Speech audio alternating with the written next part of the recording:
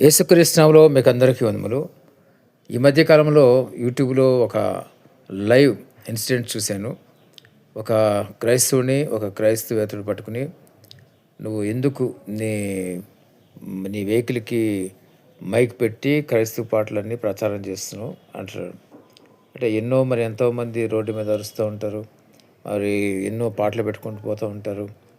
వాళ్ళెవరిని కూడా ప్రశ్నించేది లేదు. కానీ ప్రచారం అంటే చెవులకి వినబడకూడదు. యేసు నామం అనేది దేవుని గూర్చిన సువార్త చెవులకి వినబడితే చెవులు రంధ్రాలు పడిపోతాయి ఏమో నాకైతే తెలియదు కానీ అంతగా అసహించుకుంటున్నారు మన భారతదేశంలో, ప్రత్యేకంగా ఈ తెలంగాణ రాష్ట్రంలో, తెలుగు రాష్ట్రాల్లో. గమనించండి, అదొకటే కాదు, నీవు నీ క్రైస్తవ దేశానికి వెళ్ళిపో.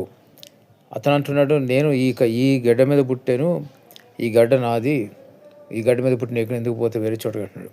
గమనించండి, చాలామందికి ఆలోచన, తెలివి, జ్ఞానం చాలా తక్కువతో మాట్లాడుతున్నారు. తెలుసుకోవాల్సిన విషయం ఏంటంటే, ప్రతి ఒక్క ఈ క్రైస్తవులు ఎక్కడైతే మరి కన్వర్టెడ్ క్రైస్తవులు ఉన్నారో వాళ్ళందరూ కూడా ఒకప్పుడు హిందువులుగా ఉన్నారు. అది గమనించండి.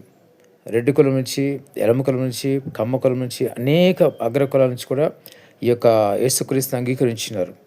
మరి వాళ్ళ జోలికి చాలామంది వెళ్ళరు. ఎందుకంటే వాళ్ళ కులం మీద అభిమానం ఉంటుంది కాబట్టి.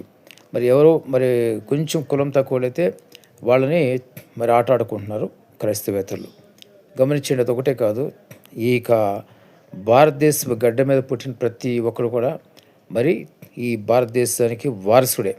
ఎందుకంటే వేరే దేశం నుంచి వలస వచ్చినట్టయితే వేరే ఒక దేశస్తుడు అవుతాడు.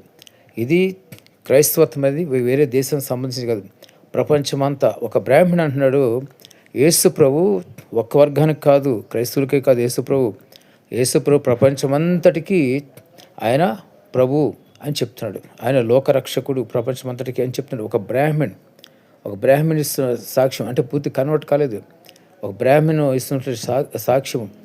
చక్కగా బైబిల్ చదువుతున్నాడు. క్రైస్తవుల కన్నా చక్కగా మంచి రెఫరెన్స్లు అన్నీ తీసి చెప్తున్నాడు ఆయన. గమనించండి, ఈ మధ్యకాలం ఇంకొక వ్యక్తి, అతని పేరు తెలియదు కానీ యూట్యూబ్లో చూస్తూ వచ్చినాను, మరి 200 పుస్తకాలు మరి హిందూయిజం మీద రాస్తూ వచ్చిన వ్యక్తి ఈరోజు ఏమంటున్నాడంటే, మరి దేవుడు గొప్పవాడని చెప్తున్నాడు, యేసుప్రభు గొప్ప దేవుడు అని చెప్తున్నాడు. ఆ నోటి మాట మరి చెప్తుంటే అది మరి ఎంతోమంది హిందువులు వినే ఉంటారు. చెప్తున్నాడు అతను కూడా, నాకు ఎంతోమంది వ్యతిరేకంగా తయారని కూడా చెప్తున్నాడు.